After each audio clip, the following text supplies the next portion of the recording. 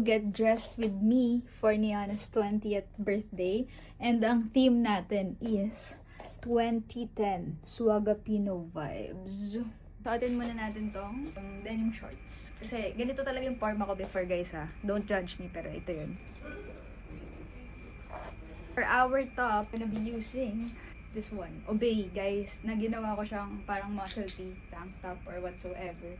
Kasi ganito talaga. Tapos nakatube ako sa loob. Sorry, guys. Talagang gusto niyo sumali sa fit check ko na to. Medyo magulo lang yung buhok ko. Don't judge me. Pero ayan na yung fit. For our shoes, slip-on na Vans. Sobrang luma na nito, guys. Makita nyo, faded na siya. Tapos, nasisira na yung leather niya. Nagbe-break na. Pero, pwede pa rin to, guys. So, ito na siya. Hindi ko alam kung kita niyo yung shoes ko. Pero yan. Or OA na yan. Tapos, syempre, hat ni Kuya. Baka parang sabihin niyang stan na ako. Casio na watch. Usong-uso to before, as in. Halos lahat nakaganito. Of course, yung baller. And I love Niana. Tapos ito, Jesus Loves You. iPhone 4 low.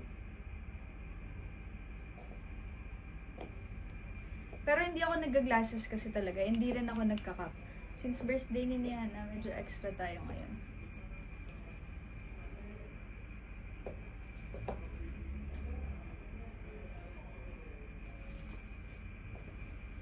New scent ng Lemari, guys. I'm gonna use Dita. Ito ang favorite ko ngayon sa new scent ni Lemari. Perfect. Then, ganun yung mga pose.